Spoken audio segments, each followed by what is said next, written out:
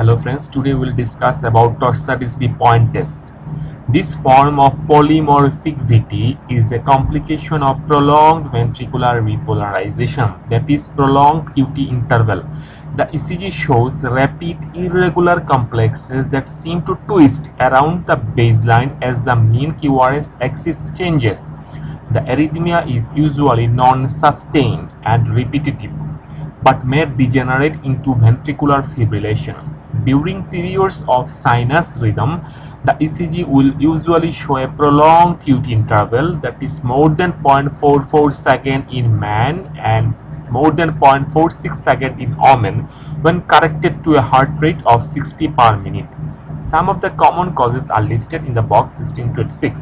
The arrhythmia is more common in women and is often triggered by a combination of factors such as administration of QT prolonging medications and hypokalemia. The congenital long QT syndromes are a family of genetic disorders that are characterized by mutations in genes that code for cardiac sodium or potassium channels. Long QT syndrome subtypes have different triggers, which are important when counseling patients. Adrenergic stimulation through vigorous exercise is a common trigger in long QT type 1, and a sudden noise may trigger arrhythmias in long QT type 2. Arrhythmias are more common during sleep in type 3. Now, the causes of long QT interval and Torsades de Pointes. The causes are bradycardia. Bradycardia compounds other factors that cause Torsades de Pointes, electrolyte disturbance, among them hypokalemia, hypomagnesemia, and hypocalcemia. The drugs causes are disopyramide, flecainide, and other class 1A, 1C antiarrhythmic drugs, sotalol, amiodarone, and other class 3 antiarrhythmic drugs, amitriptyline and other tricyclic antidepressant, chlorpromazine and other phenothiazines, erythromycin and other macrolides.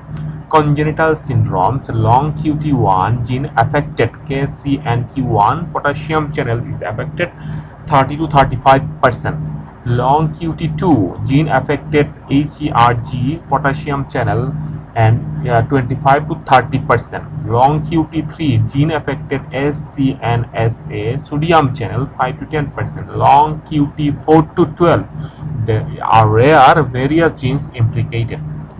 Now, management includes intravenous magnesium 8 millimole over 15 minutes, then 72 millimole over 24 hours should be given in all cases. If this is ineffective, atrial pacing should be tried, since it can suppress the arrhythmia through rate-dependent shortening of the QT interval. Intravenous isoprenaline is a reasonable alternative to pacing, but should be avoided in patients with the congenital long QT syndromes. Once initial control has been achieved, efforts should be made to identify and treat the underlying cause, or stop medications that predispose to the arrhythmia. If the underlying cause cannot be corrected or the arrhythmia is the result of an inherited syndrome, then long-term pharmacological therapy may be necessary. Beta blockers are effective at preventing syncope in patients with congenital long QT syndrome. Some patients, particularly those with extreme QT interval prolongation that is more than 500 milliseconds, or certain high-risk genotypes, should be considered for an implantable defibrillator. Left stellate ganglion block may be of value in patients with resistant arrhythmias.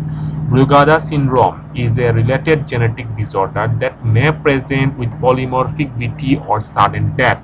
It is characterized by a defect in sodium channel function and an abnormal ECG, that is right bundle branch block and ST segment elevation in V1 and V2, but not usually prolongation of the QT interval.